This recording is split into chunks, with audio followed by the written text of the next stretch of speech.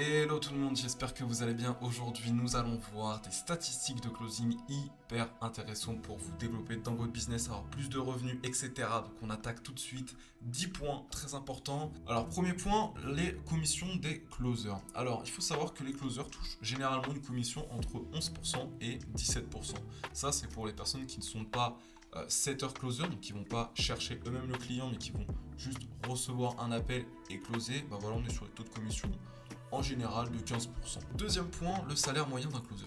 Alors le salaire moyen d'un closer en France, il est d'environ 2250 euros par mois. Et donc pour les meilleurs closers, ça peut aller jusqu'à 5000, 6000 euros par mois.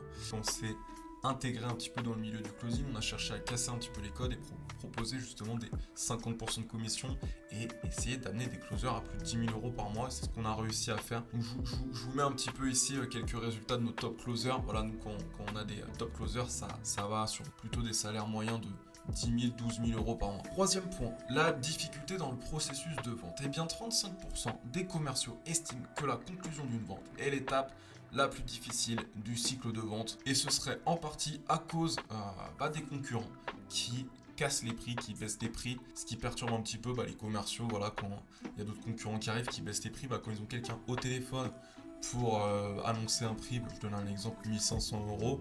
C'est vrai que si on a des nouveaux concurrents qui vont proposer ça pour 1000 ou 500 euros, ça devient tout de suite plus compliqué. Alors, quatrième point, sur les interactions. 75% des acheteurs et vendeurs préfèrent des interactions à distance plutôt que des échanges en face à face. Je pense notamment aux relations un petit peu amoureuses. Maintenant, ça se fait sur les sites de rencontres, etc. On a plus de 40% de gens maintenant qui se rencontrent via des réseaux sociaux. Donc ça montre un petit peu les changements dans la vente, ça montre les changements dans le monde tout court.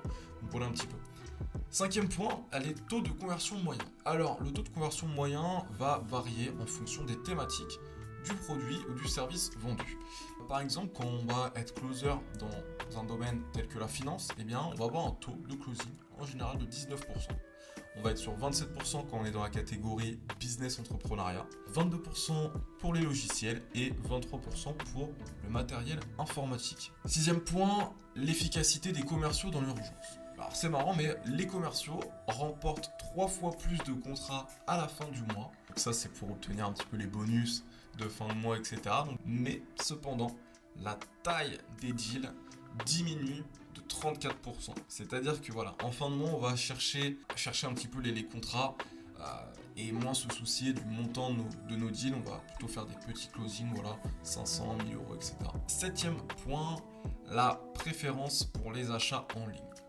86% des acheteurs B2B préfèrent désormais effectuer un achat en ligne et cela monte à 92% pour les millennials.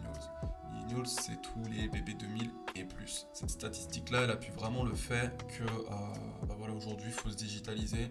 Aujourd'hui, quand on est une entreprise B2B, B2C, il faut une vitrine. Et les cartes de visite, c'est terminé. Aujourd'hui, on veut des sites internet. Voilà un petit peu. Huitième point, quel est le meilleur jour pour relancer les prospects, pour closer? Et bien selon une étude très approfondie, une étude de la zone 51 de la NASA, le mardi est le meilleur jour pour relancer les prospects avec un taux de réussite supérieur à 20%. Celle-là, vous pouvez la noter, elle est intéressante. Neuvième point, très important celui-ci, sachez qu'avant d'avoir votre appel prospect, sachez qu'au moment d'avoir votre prospect au téléphone, eh bien, il a déjà réalisé 57% du processus d'achat. Et oui, parce qu'avant d'être au téléphone avec vous, il a certainement regardé une page de vente, regardé des FAQ, peut-être regardé votre profil aussi. Et donc ça, c'est des choses qui sont très importantes au-delà de l'appel. Quand j'ai quelqu'un au téléphone, il connaît déjà mon parcours, ma vie, mon offre, le prix. Et ça, c'est parfait. Et puis, dixième point, l'importance de l'expérience d'achat. Et c'est là où les closers vont se distinguer entre eux. C'est au final sur qui ils sont, leur manière d'être, leur manière de faire, etc. Et donc 84% des acheteurs estiment que l'expérience d'achat est tout aussi importante que le produit ou le service vendu. Et 67% sont prêts à payer plus cher pour une expérience optimale. Et ça, on le retrouve partout. La semaine dernière, j'étais à Milan, j'étais au spa. Et puis je me suis dit, j'ai un petit peu faim, je vais payer un petit peu plus cher, j'ai envie d'un super repas, c'était buffet à volonté, c'était délicieux. Et donc j'ai payé un petit peu plus cher pour une expérience optimale, ça faisait partie un petit peu de ma détente. Je ne voulais pas être dans mon jacuzzi et avoir faim, donc du coup j'ai payé un peu plus cher. Alors voilà un petit peu sur ces statistiques de closing. Avant de terminer cette vidéo, j'aimerais relever un point. C'est hyper important en tant que closer d'être bon en mathématiques. Moi je détestais les mathématiques, mais dès lors qu'on va parler d'argent, de statistiques, de probabilité, de travail, de productivité, etc., eh bien c'est important d'avoir des bons chiffres. Je vous en ai donné quelques-uns, tout ça c'est hyper important, on en reparlera dans d'autres vidéos. Voilà un petit peu, c'était Wesley et on se dit à très vite. Salut, ciao ciao.